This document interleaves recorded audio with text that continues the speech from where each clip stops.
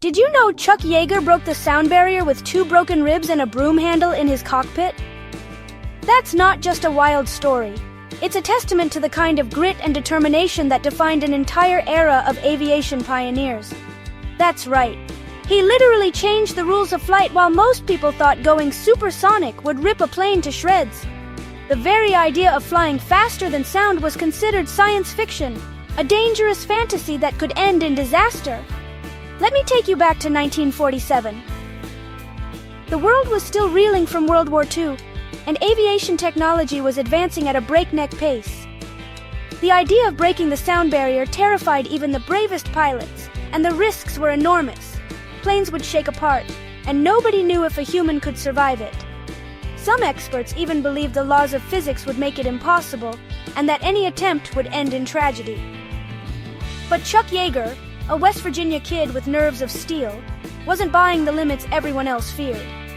He grew up hunting and fixing cars, learning to trust his instincts and push through pain, skills that would serve him well in the cockpit. He was already a decorated World War II ace, but test piloting at Edwards Air Force Base was a whole new ballgame. Here, the best pilots in the world risked their lives daily, flying experimental aircraft that had never been tested at such speeds. Yeager didn't just fly the X-1 rocket plane, he pushed it further than anyone dared. The X-1 was a bullet-shaped rocket with thin wings and a cockpit barely big enough to move in, designed for one purpose: to break the sound barrier.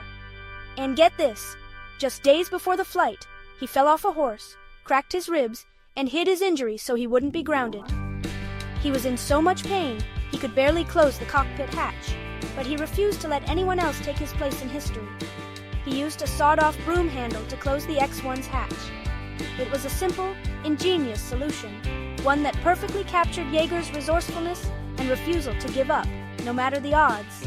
On October 14, 1947, Yeager soared to 700 miles per hour, smashing through the sound barrier with a boom that echoed across the desert.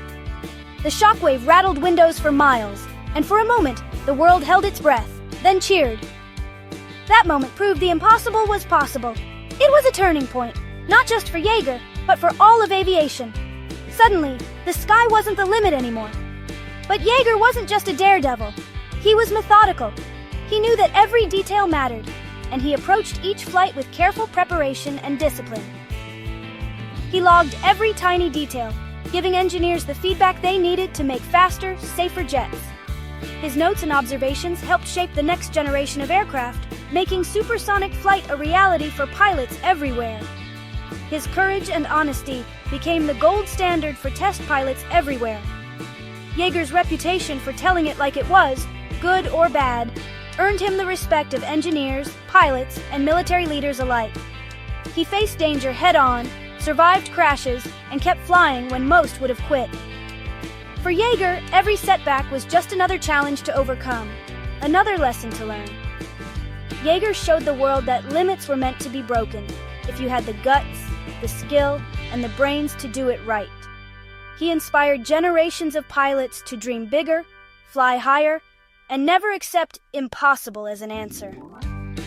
The rules of aviation changed forever because one pilot refused to back down. His legacy lives on in every jet that breaks the sound barrier, and in every pilot who dares to push the envelope. Chuck Yeager's legacy is why we fly higher, faster, and safer today. Every time you board a jet or watch a rocket launch, you're witnessing the impact of his courage and innovation. If you love stories about aviation legends, hit subscribe and join me for more high-flying history. There's a whole world of daring pilots and groundbreaking flights waiting to be discovered, so buckle up and let's keep exploring the skies together.